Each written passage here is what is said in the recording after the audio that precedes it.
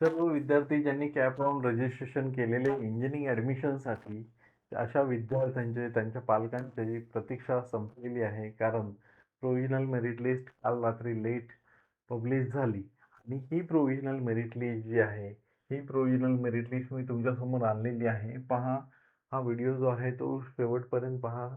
खूप महत्त्वाचा व्हिडिओ आहे. कारण प्रोव्हिजनल मेरिट लिस्टमध्ये कोणकोणत्या गोष्टी आपल्याला लक्षात ठेवायच्या आहेत त्या पहा. आता प्रोव्हिजनल मेरिट लिस्टमध्ये आपण सर्वात अगोदर चेक केलं असेल तर तो आपला provisional merit list rank. Okay. आता त्यानंतर इथे प्रोव्हिजनल मेरिट लिस्टमध्ये पहा, काही सिम्बॉल जे आहेत ते आपल्या कॅटेगरीच्या पुढे आले असतील तर आपल्याला काळजी घ्यायची आहे.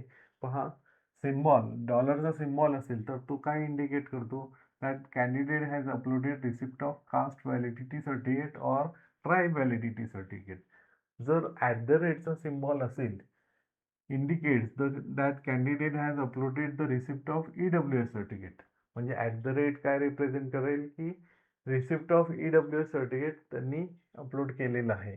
आणि जर हॅशचा सिम्बॉल असेल, indicate that candidate has uploaded the receipt of non criminal certificates. म्हणजे हे सर्टिफिकेट जे आहेत ते अजूनपर्यंत त्यांच्याकडे आलेले नव्हते. त्यांनी त्याची रिसिप्ट जी आहे ती अपलोड केलेली आहे. आता हे सिम्बॉल जे आहेत, हे सिम्बॉल कॅटेगरीमध्ये, आता मी एखादा एक्झाम्पल देतो.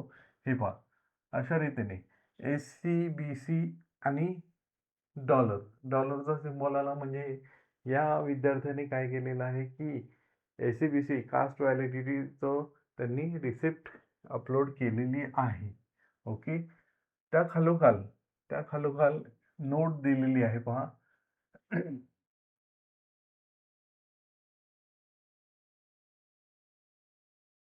इथे पहा, for PWD candidate disability nature must be permanent and 40% benchmark is required. म्हणजे 40% डिसॅबिलिटी असलीच पाहिजे according to the rule. If you have submitted the wrong document, जर डिसॅबिलिटीचे रॉंग डॉक्युमेंट सबमिट केले असतील and it has been verified at SC, your admission will be cancelled. You can edit and upload documents in the grievance period. हा जो ग्रेव्हियन्स period आहे, आज 23 तारखेपासून 25 तारखेपर्यंत, या ग्रेव्हियन्स पिरियडमध्ये अशा कॅन्डिडेटने ते करेक्शन्स केले पाहिजेत. आता जी काही मेरिट लिस्ट आलेली आहे, त्या मेरिट लिस्टमध्ये आपल्याला काय काय चेक करायचं आहे? सर्वात अगोदर आपण मेरिट नंबर चेक केलेला आहे. ॲप्लिकेशन ID जो आहे, त्या ॲप्लिकेशन IDच्या समोर आपलं नाव आहे की नाही आणि ते जे काही नेम आहे, ते नेम, स्पेलिंग्स, प्रत्येक अल्फाबेट चेक करा. ती स्पेलिंग मिस्टेक काही असेल तर तुमच्या लक्षात येईल. इथे कॅटेगरी जी आहे ती चेक करायची आहे, जेंडर चेक करायचं आहे, PWD, defence, EWS, TFWS, orphan, minority, हे सर्व चेक करायचं आहे.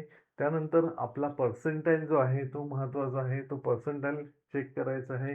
त्यानंतर मॅथ्स, फिजिक्स, केमिस्ट्रीचा पर्सेंटाइल चेक करायचा आहे. HSC PCMचा पर्सेंटेज चेक करायचे आहेत. त्यानंतर HSC maths percentage, HSC physics percentage, त्यानंतर HSC टोटल पर्सेंटेज चेक करायचे आहेत. SSC total, SSC maths percentage, SSC science percentage, SSC English percentage.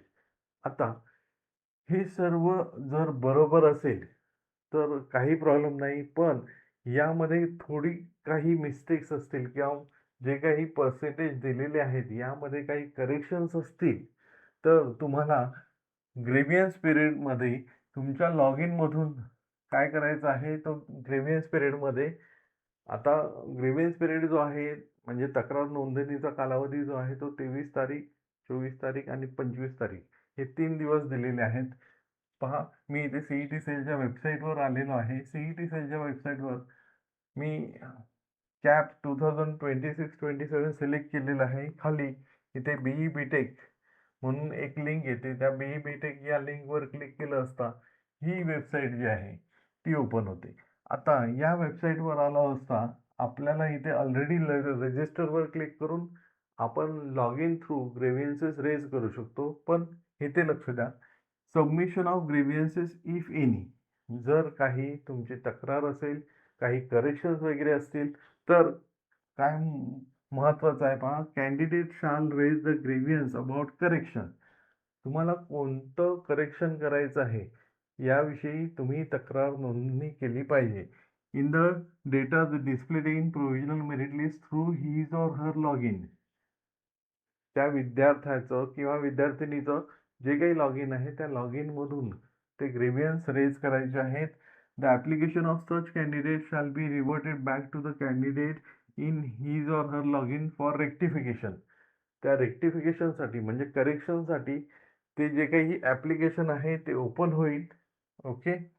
Candidate shall upload the requisite documents to substantiate the claim for any correction or concession. म्हणजे काही correction किंवा concession असेल तर requisite document म्हणजे ज्या documents गरजेच्या आहेत, okay, CET सेलला त्या डॉक्युमेंट्स अपलोड केल्या पाहिजेत. त्यानंतर पहा, the status of acceptance or rejection of grievance raise by candidate. म्हणजे विद्यार्थी ग्रीव्हियन्स रेज करतील, सीईटी सेल तो अक्सेप्ट करेल किंवा रिजेक्ट करेल. Shall be available in candidates log in along with latest receipt cum acknowledgement. Those candidate who selected physical scrutiny mode. ज्या कॅन्डिडेटने physical scrutiny मोड म्हणजे तुम्ही FC सेंटरला व्हिजिट केलेली पहा व्हेरिफिकेशनसाठी, तर त्या विद्यार्थ्यांनी FC सेंटरला व्हिजिट करायचे आहे फॉर रिझॉल्विंग द ग्रीव्हियन्सेस. आणि हा जो ग्रीव्हियन्स पिरियड आहे तो 23 म्हणजे आजपासून 25 तारखेपर्यंत 5 वाजेपर्यंत हा ग्रीव्हियन्स पिरियड आहे. खूप महत्त्वाचा पिरियड आहे. जर तुमची कॅटेगरी चेंज झाली असेल, म्हणजे सपोज तुम्ही OBC कॅटेगरीमध्ये आहात आणि OBC कॅटेगरीच्या ऐवजी तिथे दुसरी कोणती तरी कॅटेगरी आली असेल, तर हे ग्रीव्हियन्सेस तुम्हाला रेज करायचे आहेत. समजा तुम्ही ओपन कॅटेगरीचे आहात, ओके, आणि तिथे एखादी दुसरी कॅटेगरी आलेली आहे, तर ग्रीव्हियन्सेस रेज केले पाहिजेत. जर तुमच्या नावामध्ये स्पेलिंग मिस्टेक असेल तर त्याचे ग्रीव्हियन्सेस सुद्धा तुम्हाला रेज केले पाहिजेत.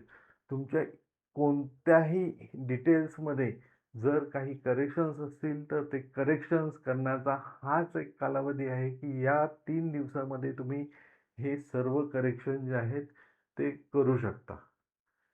आता हे ग्रीव्हियन्सेस रेज झाल्यानंतर ते रिझॉल्व्ह होतील आणि प्रोव्हिजनल मेरिट लिस्टमध्ये करेक्शन होऊन फायनल मेरिट लिस्ट जी आहे ती 27 तारखेला डिस्प्ले होईल.